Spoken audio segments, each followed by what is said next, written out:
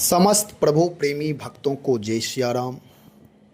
मनुष्य जीवन एक ठहराव है। यह ठहराव कैसा है? यद्यपि मनुष्य जीवन हमेशा गतिशील होना चाहिए। कहा जाता है चढ़े वेती चलते रहना चाहिए, हमेशा चलते रहे। परंतु कभी कभी ठहरना भी मनुष्य जीवन का परम धर्म है। एक ठहर होनी चाहिए, स्थिरता होनी चाहिए, गंभीरता होनी चाहिए, स्थायित्व होना चाहिए। अब एक तरफ यहाँ दो पक्ष हो रहे हैं। एक तरफ की जीवन गतिशील होना चाहिए और एक तरफ ठहराव होना चाहिए। दोनों पक्ष को समझना है। मानव जीवन परम सौभाग्यशाली जीवन है, परम सौभाग्यशाली अलौकिक जीवन है। यदि यह जीवन धर्म पूर्वक हम जीते हैं तो यह जीवन अलौकिक जीवन है, और यदि यह जीवन कुसंग से युक्त अधर्म पूर्वक जीते हैं, पतन की ओर हमेशा गति मेरी है, तो यह जीवन व्यर्थ जीवन है। अब मुझे संभाल करना है कि जीवन किस दिशा में चले, कैसे चले। यदि सत्य की ओर चलते हैं तो जीवन ऊर्ध्वगामी होगा, दिव्य होगा, और यदि असत्य की ओर चलते हैं, असत्य रूपी सीढ़ी का सहारा लेते हैं, अधर्म पर यदि चलते हैं, पाप मार्ग यदि स्वीकार करते हैं, तो वह जीवन दुखदायी जीवन होगा। धर्म से सुख होता है और पाप से दुख होता है। गोस्वामी श्री तुलसीदास जी महाराज कहते हैं, राम प्रेम के बिना सब व्यर्थ है। राम प्रेम। अब यहाँ राम शब्द को थोड़ा समझना है। भगवान राम जो पूर्ण ब्रह्म परमात्मा साकेताधीश भगवान है, उनके जीवन में जितने गुण धर्म हैं वह सब राम के रूप ही हैं। महर्षि वाल्मीकि कहते हैं, रामो विग्रहवान धर्मः। राम साक्षात धर्म के विग्रह हैं। धर्म की अनंत शाखाएं हैं, अनंत उपशाखाएं हैं। तो धर्म के बहुत सारे अंग हैं, उपांग हैं।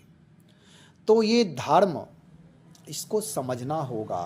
गोस्वामी जी कहते हैं कि हमारी जिह्वा, हमारे नेत्र, हमारा मनुष्य जीवन यदि राम से अलग है, सत्य से अलग है, धर्म से अलग है, सदाचार से अलग है, धैर्य से भिन्न है, अलग है, दूर है, यदि जीवन में अधीरता है, असत्य है, अधर्म है, तो वह मनुष्य जीवन व्यर्थ है। मानो कि विधाता ही बाम है, यानी उसका भाग्य फूटा ही है। गोस्वामी जी कहते हैं उस भाव को समझें। इनका कहना है कि मनुष्य जीवन में भगवान और भगवान के नाम से यदि हम जुड़ गए तभी मेरा जीवन सार्थक होगा, नहीं तो जीवन निरर्थक हो जाएगा। गोस्वामी जी का जो शब्द है, कहते हैं, रसना सापिनी बदन बिल, जे न जपहि हरि नाम, तुलसी प्रेम न राम सो, ताहि विधाता बाम। रसना सापिनी बदन बिल, जे न जपहि हरि नाम। गोस्वामी श्री तुलसीदास जी महाराज भक्ति दर्शन का बोध कराते हुए कहते हैं कि रसना सापिनी बदन बिल, उत्प्रेक्षा कर रहे हैं, कह रहे हैं कि जो हरि का नाम नहीं जपते उनकी जीभ सर्पिणी के समान केवल विषय चर्चा रूपी विष उगलने वाली, और मुख उसके बिल के समान है, और जिसका राम में प्रेम नहीं है उसके लिए तो विधाता बाम ही है, अर्थात उसका भाग्य फूटा ही है। अब इसका थोड़ा विस्तार से चर्चा करें। गोस्वामी जी कह रहे हैं कि हमारी जो जिह्वा है, रसना है, इसकी सार्थकता किसमें है।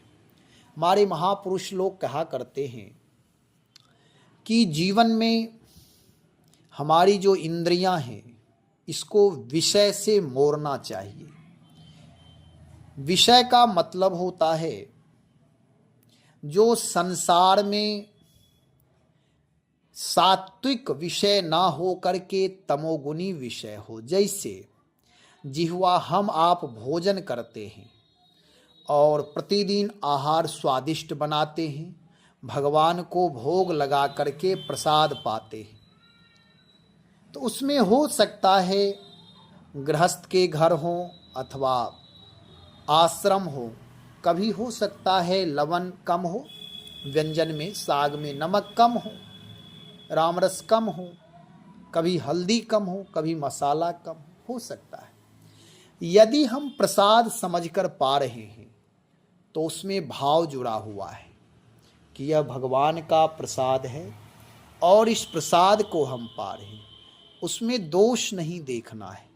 यदि हम दोष देख लिए और फिर भोजन बनाने वाले जो हैं उनके लिए मैंने गलत प्रतिक्रियाएं दे दी, दोषयुक्त प्रतिक्रियाएं दी, नाराजगी व्यक्त कर दी, तो जो अन्न है, अन्न को ब्रह्म कहा गया है, वह अन्न विषाक्त हो जाएगा और वह प्रसाद नहीं रह जाएगा। दूसरी बात कि जिह्वा का विषय केवल स्वाद लेना नहीं है, जो हमारे जीवन के लिए, जो शरीर के लिए हितकारी हो, जो स्वास्थ्य के लिए हितकारी हो, वही आहार उत्तम है।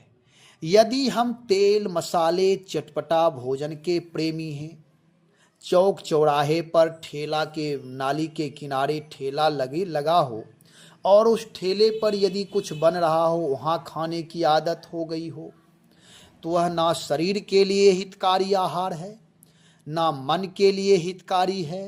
धन भी व्यय होगा, मन भी चलायमान चंचल होगा, तमोगुण का प्रभाव पड़ेगा, क्योंकि वहाँ शुद्धता नहीं है, पवित्रता नहीं है। तो ऐसे जो हमारी जिह्वा गलत दिशा में जाकर के ग्रहण करे उसे विषय कहते हैं, उस विषय को विष कहा जाता है। यदि आप सात्विक आहार बनाकर, यदि स्वास्थ्य के लिए हितकारी आहार हम ले रहे हैं, तो वह विषय तो है, लेकिन वह विषय जीवन के लिए परम हितकारी है, वह विषाक्त नहीं हो सकता। गोस्वामी श्री तुलसीदास जी महाराज का कहना है कि शरीर रखने के लिए, शरीर स्वस्थ रखने के लिए इंद्रियों का जो सात्विक विषय है, नेत्र का विषय देखना है, देखना धर्म है। यदि हम सद्भावपूर्ण, राग द्वेष रहित, प्रेम भाव से यदि हम कहीं देख रहे हैं, दर्शन कर रहे हैं, मैत्री भाव से देख रहे हैं, तो नेत्र का विषय हमारे जीवन के लिए हितकारी है। और यदि क्रोध की दृष्टि से, राग द्वेष की दृष्टि से, मोह की दृष्टि से, छल कपट की दृष्टि से यदि देख रहे हैं, तो वह नेत्र का विषय विष हो गया, उससे जीवन का नुकसान होगा, अधोगामी बन जाएंगे। तो आखिर इसका उपाय कैसे होगा कि मेरी जो इंद्रियां हैं, मेरा जो जीवन है, यह हमेशा सात्विक चीज़ों को स्वीकार करे। गोस्वामी श्री तुलसीदास जी महाराज कहते हैं कि अपनी जिह्वा को हरि नाम से, भगवान नाम से, राम नाम से जोड़ दो। यदि जिह्वा से राम नाम का जप करेंगे, हमारा अंतःकरण शुद्ध होगा, मनस्थिति शुद्ध होगी और धीरे धीरे इंद्रियां भी पवित्र होने लगेगी। जैसे सात्विक व्यक्ति सात्विक आहार ही स्वीकार करते हैं, उनकी मनस्थिति तमोगुण के प्रति कभी मन उधर जाता ही नहीं है। इसलिए उनका स्वास्थ्य हितकारी भोजन है, आहार है। ऐसे ही जब हमारा आपका मन सात्विक होगा, हृदय निर्मल होगा, तो आहार की भी शुचिता होने लगेगी। दूसरी बात, पहले आहार की शुद्धि करें, दोनों नियम है। यदि तमोगुणी व्यक्ति है, राम नाम से यदि वह जुड़ रहा है, चाहे भले ही कुसंग में पड़ा हो, लेकिन अपने जीवन को सुधारना है, ऐसा संकल्प लेकर के राम नाम का जिह्वा से जप करें, तो वह पुनः उसके जीवन में धर्म की प्रतिष्ठा हो जाएगी, उसका जीवन धर्ममय हो जाएगा। और यदि प्रारंभ से सुसंस्कार युक्त हो करके उत्तम माता पिता गुरुजन मिले हों, तो सही मार्गदर्शन करते रहें, तो आहार की शुद्धि, व्यवहार की शुद्धि, विचार की शुद्धि करते हुए भगवान नाम का जप करते रहें, तो हृदय में प्रेम उत्पन्न हो जाएगा, जीवन अनुशासित और दिव्य जीवन होगा, विशिष्ट जीवन होगा। अब यहाँ विचार करना है, गोस्वामी जी कह रहे हैं कि जो हरि का नाम नहीं जपते, उनकी जीभ सर्पनी के समान है, केवल विषय चर्चा रूपी विष उगलने वाली है। हमारी आपकी जिह्वा है, जिह्वा के बल से ही हम आप भोजन ग्रहण करते हैं और स्वाद लेते हैं, इसका नाम ही रसना है। और जिह्वा के कारण ही हम आप मृदुभाषी बनते या बोल सकते हैं। यदि जिह्वा हमारी वाणी निर्मल है, विनम्र है, सात्विक है, धर्मयुक्त है, तो उससे अमृत की वृष्टि होगी। मीठी वाणी बोलिए, मन का आपा खोय, औरन को शीतल करे, आपहु शीतल होय। जब हम आप दूसरों के लिए उत्तम विचार देंगे, उत्तम व्यवहार करेंगे, तो हमारे साथ भी उत्तम ही व्यवहार होगा। यह अकाट्य है, जैसा कर्म करेंगे वैसा फल मिलेगा। तो गोस्वामी जी का कहना है कि केवल विषय रूपी चर्चा, यानी दूसरे की निंदा करना, दूसरे की बुराई करना, दूसरे के बारे में उत्तर प्रत्युत्तर करना, वाद विवाद से युक्त जीवन रखना, ये सारे विषय रूपी विष हैं। जैसे सर्पिणी अपनी जिह्वा को हमेशा निकालती रहती है और उससे विष उगलती है, ऐसे ही मनुष्य यदि अपने जीवन, अपने चरित्र आत्मनिर्माण नहीं किया है, जीवन दिव्य नहीं बनाया, सुसंस्कारित नहीं किया है, तो वह भी व्यक्ति हमेशा दूसरों में दोष देखेगा, पर निंदा में ही वह आसक्त रहेगा, हमेशा मिथ्या भाषण करेगा, झूठ बोलेगा। तो ये विषय रूपी विष है। भोजन तमोगुणी आहार लेगा और उसकी वह प्रशंसा करेगा, सात्विक आहार की निंदा करेगा, वह मांसाहारी होगा। तेल मसाला, चटपटा, लाल मिर्च आदि अधिक खाना वह स्वीकार करेगा, कारण कि उसके अंदर तमोगुण है। मनोविज्ञान के अनुसार हमारे आहार से ही हमारा व्यक्तित्व की पहचान हो जाती है। जो व्यक्ति सात्विक आहार लेता है, सारे व्यंजन आवश्यकता के अनुसार लेता है, उसमें जो भी उसके मसाले डालते हैं सात्विकता के हिसाब से डालते हैं, तो वह व्यक्ति सात्विक होगा। और तमोगुणी व्यक्ति होगा, वह अपने हिसाब से आहार बनाएगा। तो कहने का मतलब यह है कि यदि हम अपनी जिह्वा से विष ग्रहण कर रहे हैं, अथवा जो कुछ भी बोलते हैं विषाक्त ही बोलते हैं, मधुरता नहीं है, मिठास नहीं है, निर्मलता, पवित्रता, शुद्धता, शुचिता नहीं है, तो मानो वह जिह्वा नहीं है, वह केवल सर्पनी की जिह्वा के समान विष ही मानो उगल रहा है। और वह जिह्वा कहाँ रहती? तो जैसे सर्प बिल में घुसा रहता है, बिल ही उसका स्थान है, ऐसे ही जिह्वा भी स्थान है। जिह्वा का स्थान मुख स्थान है।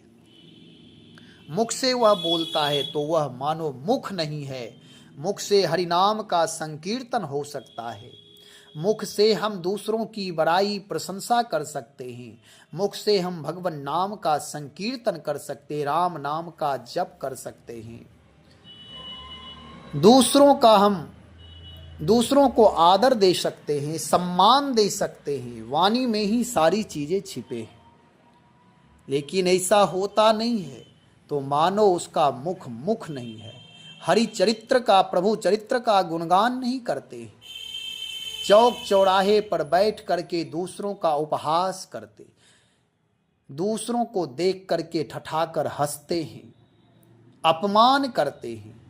लेकिन जिसकी जिह्वा, जिसका मुख संयमित है, भगवान के सन्मुख है, उसकी जिह्वा हरि चर्चा करती, जिह्वा से राम नाम का जप होता है और वह अमृत का पान करता है। उसका जीवन महान होता, दिव्य होता, अमृत युक्त होता है। गोस्वामी श्री तुलसीदास जी महाराज कहते हैं, अपने जिह्वा को राम नाम से जोड़ो, अपने जीवन को राम नाम से जोड़ो, राम से जोड़ो, परमात्मा से जोड़ो, सत्य से जोड़ो, धर्म युक्त जीवन बनाओ। यदि मेरा जीवन धर्म युक्त नहीं होगा तो यह जीवन मानो ऐसा हो जाएगा कि अधर्म से जुड़ने पर, कुसंस्कार से जुड़ने पर, जिस प्रकार अंधेरे में व्यक्ति भटक जाता है, नेत्र रहते हुए भी कुसंस्कारी व्यक्ति मानो अंधा ही है। और यदि जीवन धर्म युक्त है, शास्त्र परायण है, सेवा सुमरन से युक्त है, तो वह जीवन महान है। फिर वह व्यक्ति भाग्यशाली है। तुलसी प्रेम न राम सो, ताहि विधाता बाम। राम से प्रेम, परमात्मा से प्रेम, धर्म से प्रेम, सत्संग से प्रेम, सदाचार से प्रेम, उत्तम चरित्र से प्रेम यदि नहीं है तो वह व्यक्ति संसार में रहते हुए भी अभागा ही है। क्योंकि जीवन का निर्माण शिक्षा से है, शास्त्र से है, सत्संग से है, उत्तम संस्कार से होता है। और यदि हम आप उत्तम संस्कारी बनेंगे, जैसे कोई व्यक्ति चाहे कि मेरी संतान, मेरा बेटा बेटी उत्तम हो, तो पहले उत्तम पिता बनना पड़ेगा। उत्तम पिता की उत्तम संतान होंगे। मानस में एक चौपाई है, दशरथ सुकृत राम धरि देही, जनक सुकृत मूर्ति वैदेही। उत्तम माता पिता है, इसलिए उत्तम संस्कारी संतान है। बेटा बेटी भी माता के धर्म रूप, पुण्य रूप होते हैं, उनकी प्रतिछाया होते हैं, उनके स्वरूप ही होते हैं। यदि माता पिता धर्मात्मा हैं तो संतान भी धर्मात्मा। माता पिता अनुशासित हैं, शिष्टाचार से युक्त हैं, धर्म परायण हैं, तो बेटा बेटी भी धर्म परायण होंगे। यदि बेटा बेटी धर्म परायण नहीं हो रहे, इसका मतलब है कि माता पिता भी कहीं चूक किए हैं। वह भी धर्म के नाम पर सत्य धर्म का पालन नहीं किए हैं। यदि पिता सत्यवादी है तो पुत्र भी सत्यवादी होना चाहिए और होगा ही। और यदि पिता मिथ्याभाषी है, माता दूसरों की निंदा कर रही हैं, भले ही मंदिर जा रहे हो, पूजा पाठ कर रहे हो, रामायण पाठ कर, ये एक अलग बात है। मूल धर्म जो स्वधर्म है, हमारा चरित्र, हमारा जीवन। बहुत सारे ऐसे लोग हैं जो मंदिर कम जाते हैं लेकिन उनका जीवन व्यवस्थित होता है, चरित्रवान होते, धर्मपरायण होते, वह दूसरों की निंदा नहीं करते। और बहुत सारे ऐसे लोग मिलेंगे जो खूब दिन रात राम नाम जपते, मंदिर में जाते, आरती करते, पूजा करते, लेकिन उनका जीवन स्वधर्म परायण नहीं है, शिष्टाचार अनुशासित नहीं है। तो इसलिए धर्म को भी समझना होगा। हाँ, कभी कभी ऐसा होता है, माता पिता धर्मात्मा हैं और उनकी संतान खराब हो गई, इसका मतलब है कि वह प्रारब्धवश को ऐसी आत्मा आ गई, वह रेयर केस होता है, अपवाद होता है, वह उदाहरण में नहीं लिया जाता है। तो इसलिए उत्तम संतान यदि चाहिए तो उत्तम माता पिता बनना होगा, सत्यवादी बनना होगा, सदाचार से युक्त होना, परोपकारी बनना होगा, धर्म का बीज बोना होगा, फिर उससे अनंत धर्म के फल लगेंगे। और यदि व्यक्ति धर्म का बीज नहीं बोया, अधर्म का बीज बोया, तो उसके सारे साथी भी अधर्मी होंगे, संतान भी अधर्मी, पत्नी भी अधर्मी, लगभग उसके जितने भी उनसे जुड़ेंगे वह सब अधर्म परायण, हिंसा परायण होंगे, व्यभिचार परायण होंगे। इसलिए गोस्वामी जी महाराज कहते हैं, तुलसी प्रेम न राम सो ताहि विधाता बाम। मानो वह अभागा है, संसार में सत्य के द्वारा, मेहनत परिश्रम के द्वारा, निष्ठा ईमानदारी पूर्वक जो धन संग्रह है वही मेरा है, और वही धर्म से युक्त ही हमारे जीवन को उत्कृष्ट बनाएगा। अन्याय पूर्वक यदि धनार्जन हम कर लें, करोड़पति अरबपति बन जाए, तो वह अधर्म पूर्वक अन्याय पूर्वक जो धनार्जन किए हैं वह आज न कल पतन ही पतन करेगा, वह 2 कौड़ी का जीवन बना देगा, अपयशी जीवन बनाएगा। इसलिए ईमानदारी पूर्वक, निष्ठा पूर्वक, परिश्रम से धनार्जन करें। करोड़पति बनना, कोई भी करोड़पति रुपये पैसे की रोटी बनाकर नहीं खाते, केवल अपनी वासनाओं की तृप्ति करते। और यदि कोई अपने घर में व्यवस्थित रह रहा है, भले वह करोड़पति नहीं है, मेहनत से, परिश्रम से, ईमानदारी पूर्वक कमा रहा है, कहीं से घूस नहीं ले रहा है, अन्याय पूर्वक धन नहीं मांग रहा है, अपने पद की प्रतिष्ठा, सदपद प्रतिष्ठा का वह सदुपयोग कर रहा है, सेवा समझकर वह कार्य कर रहा है, तो उसका जीवन अलौकिक होगा, दिव्य होगा। परोपकारी जीवन से आदर्शता आती है, फिर दूसरों को भी हम मार्गदर्शन कर सकते हैं कि मेरा जीवन ऐसा था। और यदि स्वयं का जीवन ठीक नहीं रहेगा तो दूसरे को हम आप नहीं कह सकते, और यदि हम प्रवचन के माध्यम, सत्संग के माध्यम से कहेंगे भी तो उस पर प्रभाव नहीं पड़ेगा। वह ऊर्जाहीन, शक्तिहीन शब्द होंगे, मूर्दावत शब्द होंगे, वह निष्क्रिय शब्द होंगे, उसमें तरंगे नहीं होगी, ऊर्जा नहीं होगी, दिव्यताएं नहीं होगी, शक्ति संपन्न वह शब्द नहीं होंगे, शब्द ब्रह्म हुए नहीं होंगे। इसलिए जीवन को राम नाम से जोड़े। तुलसी प्रेम न राम सो ताहि विधाता बाम। अपने आप को भाग्यशाली बनाना चाहते हैं तो पूर्ण ब्रह्म परमात्मा साकेताधीश भगवान राम से जुड़ जाएं, जीवन परम सौभाग्यशाली हो जाएगा, परम मांगलिक हो जाएगा। राम नाम का जप करे, राम नाम का जप करने से हृदय निर्मल होगा, प्रेम से ओतप्रोत हृदय हो जाएगा। इसलिए गोस्वामी जी महाराज चाहते हैं कि मानव मात्र भगवान से प्रेम करें, क्योंकि प्रभु बहुत ही कृतज्ञ हैं और देते ही रहते हैं, और जो भगवान से जुड़ जाता है उनका जीवन परम मांगलिक हो जाता है। तो भगवान नाम का जप करें, गृह कार्य करते हुए, अपनी दिनचर्या का निर्वाह करते हुए, अपना स्वधर्म पालन करते हुए, भगवान की शरणागति स्वीकार कर भगवान नाम का जप अधिक से अधिक करें, नाम पर विश्वास रखें, अनाधिकार चेष्टा ना करें। राम नाम जपने से जीवन कल्याणकारी होगा। इसलिए बहुत लोग ऐसे भी हैं जो राम नाम जपते हैं लेकिन उनका जीवन अकल्याणकारी है। कारण यह है कि वह स्वधर्म पालन नहीं करते होंगे। अजामिल भी राम नाम जप किया, गणिका भी राम नाम कह करके उद्धार हुआ, लेकिन उसका लोक पक्ष निंदनीय हो गया। इसलिए हमारा आपका लोक भी उत्तम हो, जो नए जनरेशन आएंगे उनका भी जीवन दिव्य होगा, उनका जीवन परोपकार से युक्त होगा।